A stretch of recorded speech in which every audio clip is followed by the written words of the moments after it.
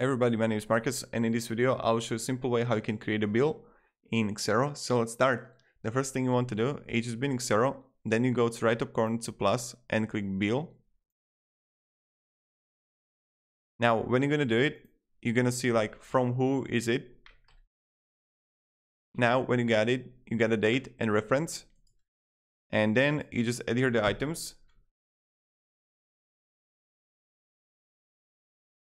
right? You can also get amounts are, add new more lines, reference,